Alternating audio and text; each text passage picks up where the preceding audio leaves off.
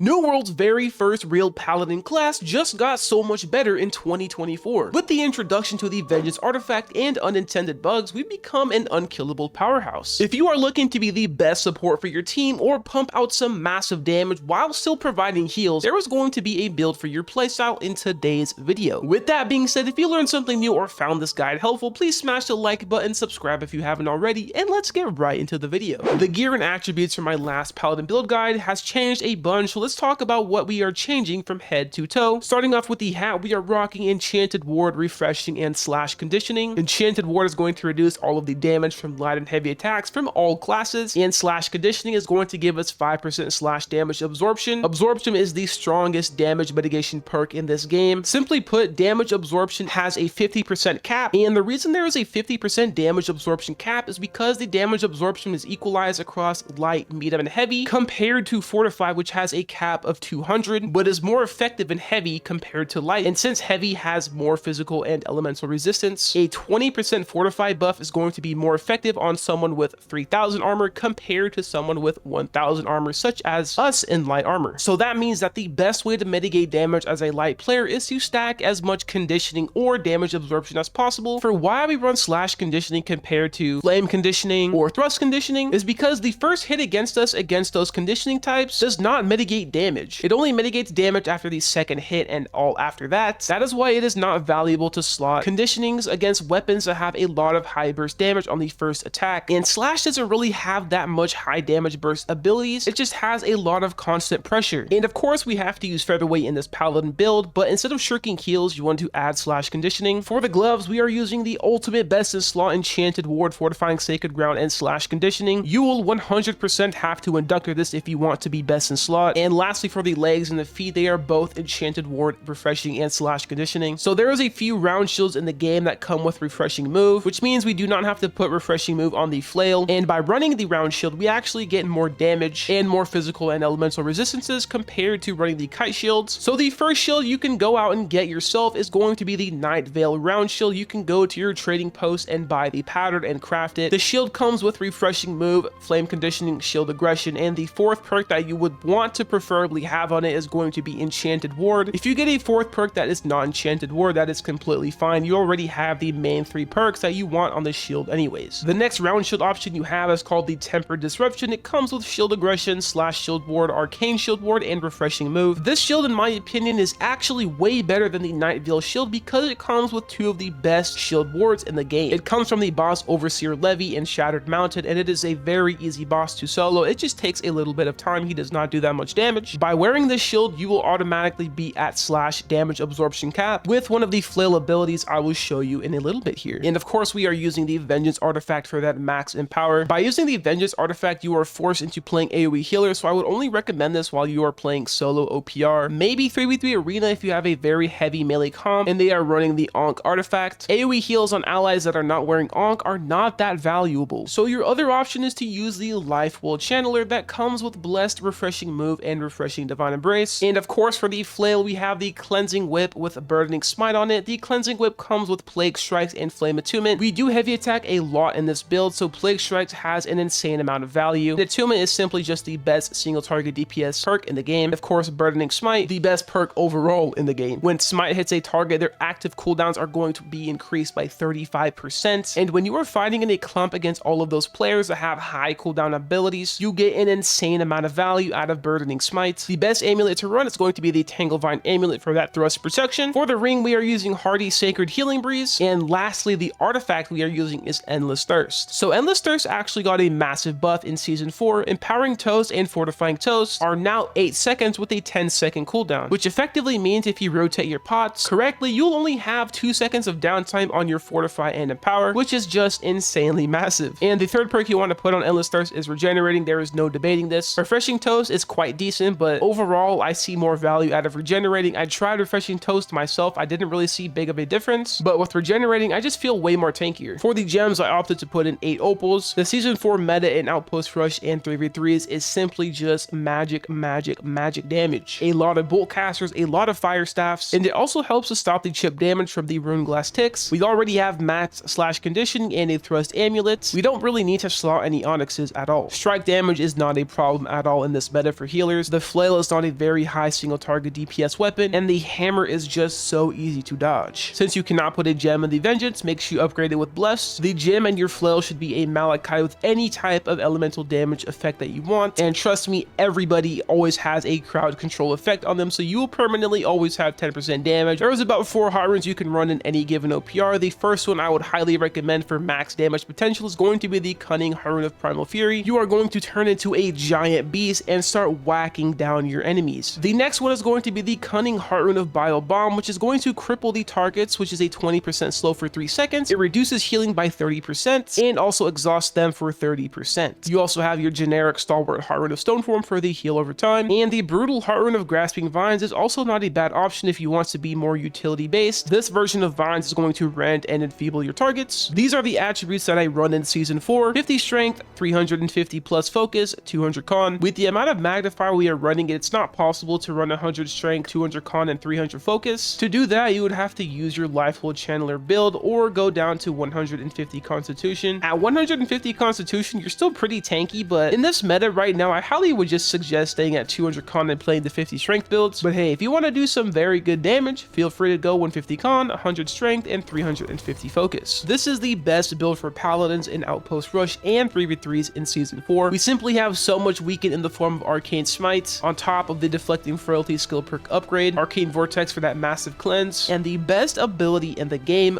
Warding Bludgeon. Warding Bludgeon applies a 50% fortified to all allies in a 3-meter radius, but the best thing about this ability is the Best Friends skill perk upgrade. So upon hitting an enemy target, a nearby ally within 6 meters is selected and you become linked to them. The thing about this ability is that it says a nearby ally, but it actually applies to multiple allies. It is bugged to do this, so you are going to be able to give multiple allies 15% in power and 10% damage absorption, which is essentially having 4 Onyx and 4 Opals. This skill perk upgrade is what is able to get you to 50% slash damage mitigation. There is 25% from our armor, 14% from the Tempered Disruption, and 10% from Best Friends. That puts us at a whopping 49% slash damage absorption. And since we run 8 Opals, that is going to bust us up to 30% absorption to all elemental, and add another 14% on top of that for the Arcane Shield Ward that is on our Tempered Disruption as well. We are at 44% arcane damage absorption, and as well with the Tanglevine Amulet, that is 15% damage absorption on top of this, which is 25% thrust damage absorption. Overall, you can really just get a feel for how OP this ability is, and until they fix it, you should automatically be putting this in every single one of your flail builds currently in the game right now. Run this flail tree if you want to do the max damage possible. The trip into the Arcane Eruption combo is a very high damage combo. The only thing is, since I don't run the Arcane Eruption perk on my flail, I run the Burning Smite perk. You can definitely get more damage if you do decide to run that on your flail instead. However, I would not recommend that because Burning Smite just fits in so many other flail builds. This build is a mix between the two builds. It has Arcane Smite, Vortex, and Trip. The only difference here is that we are taking Destabilize on the bottom of the Trip ability, and this heavy attack that does arcane damage also applies Plagued Strikes. If you feel like you want to hop in the clump and also Trip healers, feel free to run this build as well. And lastly, if you find yourself getting caught out way too much and you need the extra escape, you can also opt to take Barrage. Barrage is going to be your escape. This is how you are going to be able to get out of these situations or engage. You also have massive utility with Arcane Smite and Vortex still. Run this Life Staff skill tree if you play with Vengeance. If you decide to use Lifehold Channeler, use this build. For the tips, tricks, and combos, there's really not much to talk about except one thing, and that's to make sure that you're consistently getting in your heavy attacks after each ability. Don't prioritize too much on this, but the reason we do this is because we take the Cured Flailment passive in the top right of the flail tree. The first target hit with a heavy attack within 3 seconds is going to cleanse us and also apply a weaken and damage over time effect. It also doesn't hurt that every time you heavy attack, you also apply Plague Strikes. If you decide to run the max damage DPS Paladin build that I recommended in the second slide, the combo you want to do is going to be the auto attack into Trip into auto attack Arcane Eruption. It's going to look something like this.